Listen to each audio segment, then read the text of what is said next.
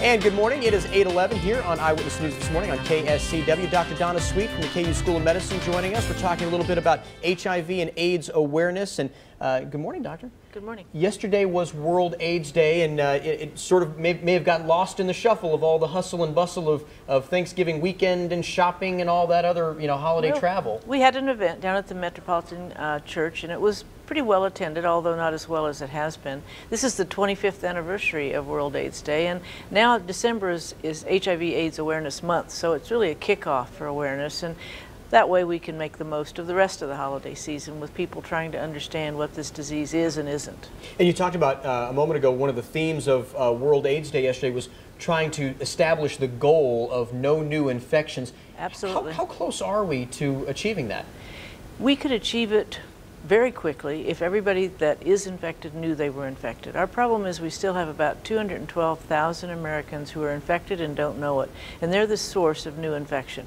Patients that are in care have what we consider an undetectable viral load. If they take their meds, their virus is controlled, they have very low risk of spreading it. So if we could get everybody treated and get their viral load to zero, the so-called community viral load would be down. We would have essentially zero new infections, and we could prevent untimely deaths. If you find out you're infected, get yourself on treatment, you can have a normal lifespan. I think that's one of the most amazing things now, where we've come from the medical progress with regard to HIV and AIDS, because 20 years ago we all think about Magic Johnson, right? And I mean, it was sort of the death sentence then. It's not anymore. No, it was truly the death sentence in the early 80s when I started doing this. 6 months was pretty much the maximum people lived because they came in with full-blown AIDS.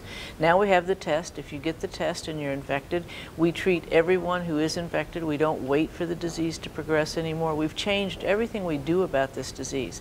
And really the message of yesterday, of World AIDS Day, was hope.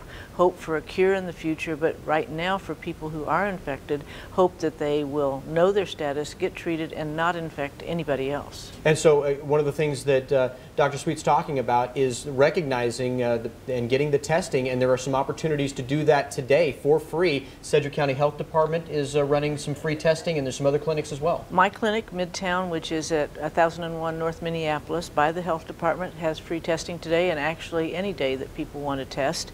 Positive Directions can be contacted. Hunter Health Clinic is generally doing testing.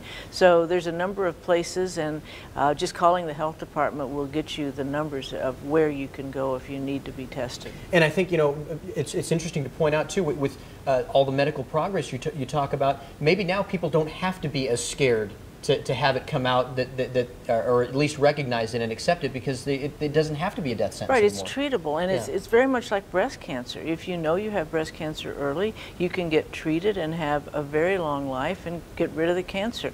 We have to start thinking about HIV in the same way. Unfortunately, there's a lot of stigmatization, a lot of perceived discrimination, which is another reason for AIDS Awareness Day, World AIDS Day, for people to understand this is a chronic infectious illness.